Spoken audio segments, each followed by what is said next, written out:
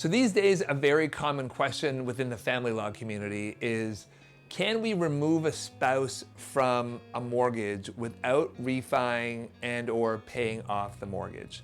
And the answer, generally speaking, in 95% of the cases is no. The parties cannot come off of the mortgage document or their obligations to the lender without either a refi or a payout of the loan in its entirety. There are a couple of scenarios that may work though. One of which is if there's an assignment clause or the ability for one of the parties to assume the mortgage that's baked into the agreement.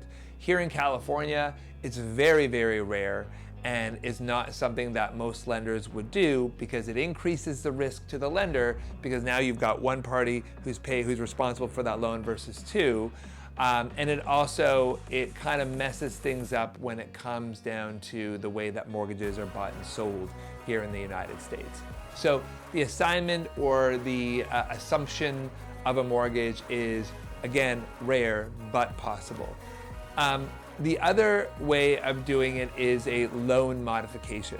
So you go to the lender and you ask the lender if a modification can be done without refining the loan to remove the spouse from the loan and their obligations to have to pay off the loan. This again is very, very, very rare here in California.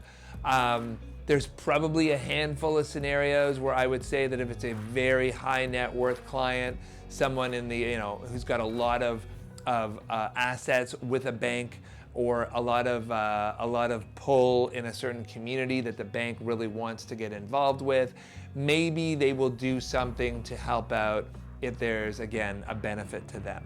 But for the most part, banks don't want to increase their risk and not have interest rates or higher interest rates to help offset that risk. So in a nutshell, 95% or 96% of the time, mortgages need to be refied or need to be paid out in order to remove that spouse from the loan.